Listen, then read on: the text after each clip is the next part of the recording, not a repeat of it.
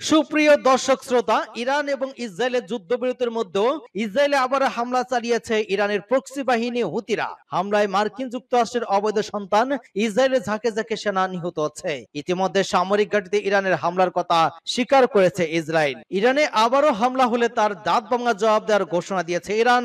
Iran এবং Israel যদি আবারও যুদ্ধ বেঁধে যায়, সেক্ষেত্রে কি ইরান জয়লাভ করতে পারবে? এ সম্পর্কে আপনার মতামত কমেন্টস বক্সে লিখে জানান এবং শুরুতেই থাকবে সংবাদ শিরোনাম পরে বিস্তারিত।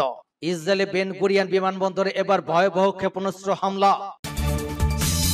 আরো বিস্তারিত জানিয়ে দিব। বিশেষ অভিযানে ইউক্রেনের 1195 সেনা হত্যার দাবি রাশিয়ার। ইরানের আকাশ প্রতিরক্ষা ব্যবস্থা শত্রুদের অনুশোচনায় বাধ্য করবে শীর্ষ কমান্ডারের হুঙ্কার। পাক ভারত যুদ্ধে 5টি যুদ্ধবিমান ভূপাতিত দাবি ট্রাম্পের। বিষক্রিয়ায় আক্রান্ত নেতানিয়াহু অফিসে যাওয়া বন্ধ। চুক্তির দাবিতে তেল আবিবে সমাবেশ করেছে হাজার হাজার ইসরায়েলি। ইরান নতুন পারমাণবিক স্থাপনা গড়লে ফের হামলা, হুঁশিয়ারি ট্রাম্পের।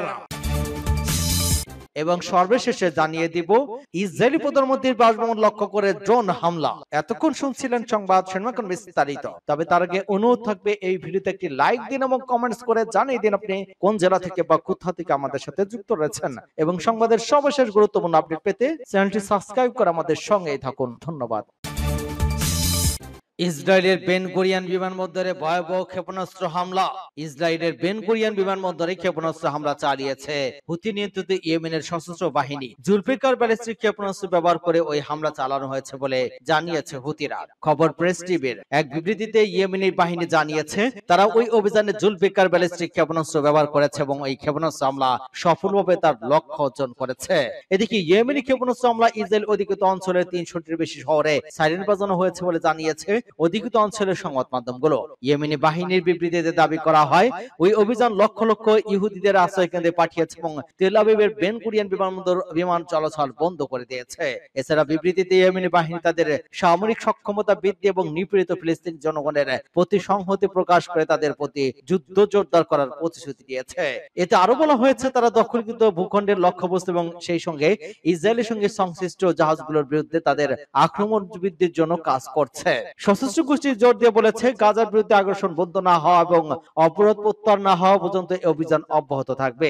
এদিকে ইসরায়েলি সেনাবাহিনী দাবি করেছে, তারা ইয়েমেন থেকে ছোড়া একটি ক্ষেপণাস্ত্র প্রতিহত করেছে। সম্প্রতি ইয়েমেনি বাহিনী লোহিত সাগরে ইসরায়েলগামী দুটি জাহাজে ম্যাজিক সিস এবং ইউনিটি সিস ডুবিয়ে দিয়েছে। এছাড়া তেল আবিব বেন গুরিয়ান বিমানবন্দর দখলকৃত ভূখণ্ডের বিভিন্ন অংশে নিয়মিত ক্ষেপণাস্ত্র হামলা চালিয়ে আসছে। বিশেষ অভিযানে ইউক্রেনের 1195 সেনা হত্যার দাবি রাশিয়ার।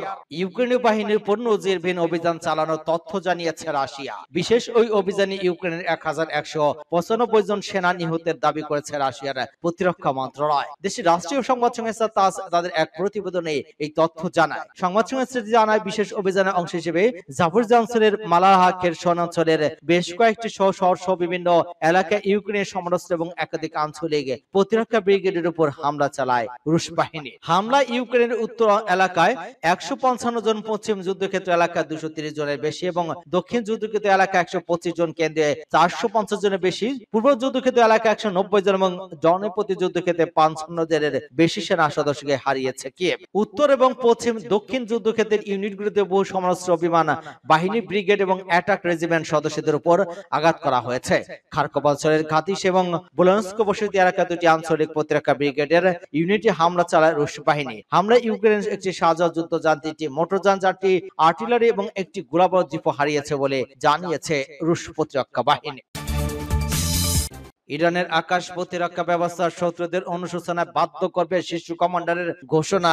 ইরানের সশস্ত্র বাহিনী chief of general staff major general Abdur Rahim Mousavi গত মাসের 12 দিন ব্যাপী মার্কিন ইসরায়েলি আগ্রাসনের সময় দেশের বিমান প্রতিরক্ষা বাহিনীর দক্ষতার প্রশংসা করেছেন। একই সঙ্গে তিনি সতর্ক করে দিয়ে বলেছেন, ইরানের ভূমিতে কোনো আক্রমণ চালালে আগ্রাসীদেরকে তাদের ভুলের মাসুল দিতে হবে। জাতীয় আকাশ প্রতিরক্ষা সদর দপ্তর পরিদর্শনকালে তিনি ওই হুঁশিয়ারি দেন। মেজর জেনারেল আব্দুর রহিম মোসামি সাম্প্রতিক ইসরায়েলি আগ্রাসনের শহীদ এবং আহত যুদ্ধাপরাধীদের প্রতি শ্রদ্ধা জানান এবং আকাশ প্রতিরক্ষা সদস্যদের অক্লান্ত সেবার জন্য ধন্যবাদ জানান। তিনি বলেন, আমাদের আকাশ সুরক্ষার প্রথম সারিতে তাকে বিমান প্রতিরক্ষা বাহিনী সব ধরনের হুমকি মোকাবেলার সক্ষমতা প্রমাণ করেছে এবং ইরানি জাতির শত্রুদের তাদের ভুল গণনার জন্য অনুশোচনা করাবে। জেনারেল মোসাবি বলেছেন, বিপুল সংখ্যক শত্রু বিমান ব্যবহৃত হওয়ার ঘটনা শুধু আমাদের অপারেশন সক্ষমতার প্রমাণ নয়, বরং এটি আমাদের আকাশ প্রতিরক্ষা যোদ্ধাদের সাহস এবং দৃঢ়তার প্রতিফলন। ওই প্রতিরোধ ইরানি জনগণের সমৃদ্ধ স্মৃতিতে গেঁথে থাকবে। তিনি বলেন, এই সক্ষমতা, দৃঢ়তা এবং প্রতিরোধ এবং সাহস আসে অটুট বিশ্বাস, জাতীয় গর্ব, ইসলামী বিপ্লবের নেতারা প্রজ্ঞা এবং অতুলনীয় নেতৃত্ব এবং ইরানি জনগণের ঐক্য এবং সমর্থন পেয়ে থাকে।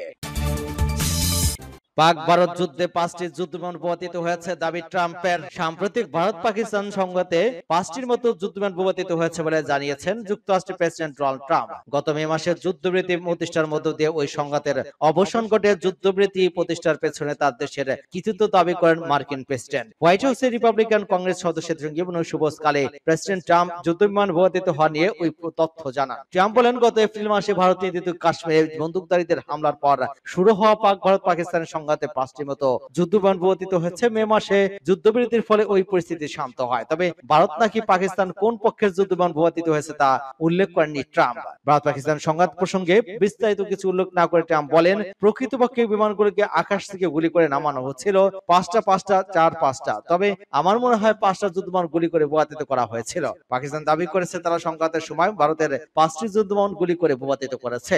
অন্যদিকে ভারতের শীর্ষ জেনারেল মে মাসের শেষের দিকে বলেছিলেন, প্রথম দিন বিমান বাহিনীর ক্ষয়ক্ষতির মুখে ভারত কৌশল পরিবর্তন করে এবং 3 দিন পর যুদ্ধবিরতির আগে তারা ভালো অবস্থা দাঁড়াতে পেরেছিলেন। ভারতের দাবি তারা পাকিস্তানে কয়েকটি যুদ্ধবিমান ভূপাতিত করেছে। তবে ইসলামাবাদ বিমান ঘাঁটিগুলোতে হামলার কথা স্বীকার করলেও কোনো বিমান হানানোর কথা অস্বীকার করেছে। ওয়াশিংটন উভয় পক্ষের আলোচনা করে এরপর সামাজিক যোগাযোগ মাধ্যমে ঘোষণা দিয়ে ভারত পাকিস্তানের মধ্যে যুদ্ধবিরতির জন্য ট্রাম্প কৃতিত্ব দাবি করেন। তবে ট্রাম্পের ওই দাবির সঙ্গে দ্বিমত পোষণ করে ভারত বলেছে, এই যুদ্ধবিরতি ট্রাম্পের হস্তক্ষেপ হয়নি। মার্কিন বাণিজ্য আলোচনা বন্ধের হুমকিও তাদের অবস্থান বদলায়নি। বিষক্রিয়ায় আক্রান্ত নেতানিয়াহু, অফিসে যাওয়া বন্ধ। খাবারের বিষক্রিয়া আক্রান্ত হয়ে অসুস্থ হয়ে পড়েছেন ইসরায়েলি যুদ্ধবাজ প্রধানমন্ত্রী বেনিয়ামিন নেতানিয়াহু। স্থানীয় সময় রোববার নেতানিয়াহু দপ্তর থেকে এই তথ্য জানানো হয়েছে। সেই সঙ্গে আগামী 3 দিন বাসা থেকে দাপ্তরিক কাজ চালিয়ে যাবেন বলেও জানানো হয়েছে খবর টাইমস অফ ইসরায়েলের। প্রতিবেদন অনুযায়ী রোববার সকালে নিয়মিত মন্ত্রিসভা বৈঠকে উপস্থিত ছিলেন না নেতানিয়াহু। আর এই সময় তার অসুস্থতার খবর প্রকাশ্যে আসে। পরে প্রধানমন্ত্রী দপ্তর থেকে জানানো হয় তিনি রাতে হঠাৎ অসুস্থ বোধ করেন। হাদাসা আইন মেকেরেম হাসপাতালের অভ্যন্তরীণ মেডিসিন বিভাগের পরিচালক ডক্টর আলুজ হার্সকো তাকে বাসায় গিয়ে পরীক্ষা করেন। চিকিৎসকরা জানান, নষ্ট খাবার খাওয়ার ফলে নেতানিয়াহুর অন্ত্রে প্রদাহ সৃষ্টি হয়েছে। এতে তিনি পানি শূন্যতায় ভুগছেন এবং তাকে স্যালাইন দিয়ে চিকিৎসা দেওয়া হচ্ছে। তবে তার শারীরিক অবস্থা স্থিতিশীল বলে জানানো হয়েছে। চিকিৎসকের পরামর্শ অনুযায়ী আগামী 3 দিন তিনি বাসা থেকে রাষ্ট্রীয় কার্যক্রম পরিচালনা করবেন বলে জানিয়েছে প্রধানমন্ত্রীর দপ্তর। এই কারণে সোমবার মঙ্গলবার নেতানিয়াহু দুর্নীতির মামলার শুনানি স্থগিত করা হয়েছে।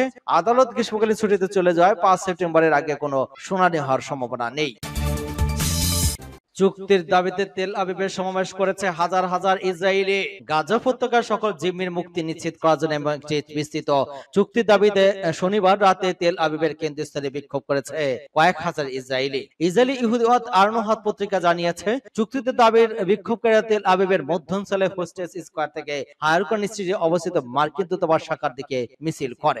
সংবাদপত্রটি জানিয়েছে, বিক্ষোভকারীরা ব্যানার বহন করে এবং যুদ্ধের অবসান এবং জিম্মিদের অবিলম্বে ফিরিয়ে দেওয়ার জন্য স্লোগান দেয়। হামাসের কাছ থেকে মুক্তিপ্রাপ্ত প্রাক্তন জিম্মিরা ওই পদযাত্রায় অংশ নিয়েছেন বলে জানা গিয়েছে। তারা ইসরায়েলি নেতাদের এবং মার্কিন প্রেসিডেন্ট ডোনাল্ড ট্রাম্পের কাছে একটি ব্যাপক চুক্তি চূড়ান্ত করার জন্য সরাসরি আবেদন জানিয়েছেন। সংবাদটি আরো জানিয়েছে, তার উত্তর সিরিয়ার কারজান জংশন এবং রথচাইল্ড স্ট্রিট সহ অন্যান্য এলাকায় শত শত বিক্ষোভকারী একই রকমের বিক্ষোভ করেছে। গত 21 মাসের যুদ্ধের অবসান এবং বন্দী বিনিময়ের সুবিধাতে ইসরায়েল এবং হামাসের মধ্যে একাধিক দফা আলোচনা অনুষ্ঠিত হয়েছে। ইরান নতুন পারমাণবিক স্থাপনা গড়লে ফের হামলা, হুঁশিয়ারি ট্রাম্পের। ইরান নতুন করে পারমাণবিক স্থাপনা নির্মাণের চেষ্টা করলে আবার ধ্বংসাত্মক হামলার হুঁশিয়ারি দিয়েছেন মার্কিন প্রেসিডেন্ট ডোনাল্ড ট্রাম্প। তিনি দাবি করেছেন, যুক্তরাষ্ট্রের আগের হামলায় ইরানের পারমাণবিক অবকাঠামোর আর কিছু অবশিষ্ট নেই এবং এগুলো পুনর্গঠন করতে বহু বছর লেগে যাবে। ট্রাম্প তার সামাজিক যোগাযোগ মাধ্যম ট্রুথ সোশ্যালে এক পোস্টে জানান, ইরানের 3টি প্রধান পারমাণবিক স্থাপনা সম্পূর্ণরূপে ধ্বংস অথবা মারাত্মকভাবে ক্ষতিগ্রস্ত হয়েছে।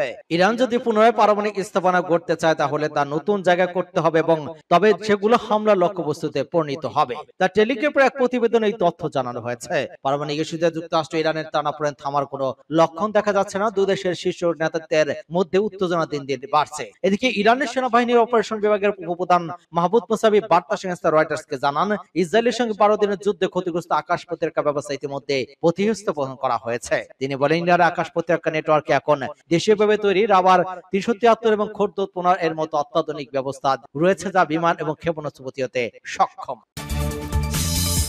ইসরায়েলি প্রধানমন্ত্রীর বাসভবন লক্ষ্য করে ড্রোন হামলা। ইসরায়েলি প্রধানমন্ত্রী বেনিয়ামিন নেতানিয়াহুর সিরিয়ার বাসভবন লক্ষ্য করে ড্রোন হামলার ঘটনা ঘটেছে। তবে ওই হামলার হতাহতের কোনো ঘটনা ঘটেনি বলে দাবি করেছে ইসরায়েলি প্রতিরক্ষা বাহিনী। ইসরায়েলি প্রধানমন্ত্রীর মুখপাত্র বলেছেন, উত্তর ইসরায়েলি সিরিয়া শহরের বাসভবন লক্ষ্য করে ড্রোন হামলা হয়েছে। তবে যখন ওই হামলা চালানো হয়েছে তখন ওই ভবনে মিস্টার নেতানিয়াহু ছিলেন না। বার্তা সংস্থা রয়টার্সের খবরে বলা হয়েছে, উত্তর ইসরায়েলি শহর সিরিয়াতে ইসরায়েলি প্রধানমন্ত্রী বেনিয়ামিন বাড়িতে দিকে ওই ড্রোন হামলা চালানো হয়েছিল। তখন ওই হামলাটি চালানো হয় তখন প্রধানমন্ত্রী নেতানিয়াহু ওই বাসভবনে কিংবা আশেপাশে ছিলেন না।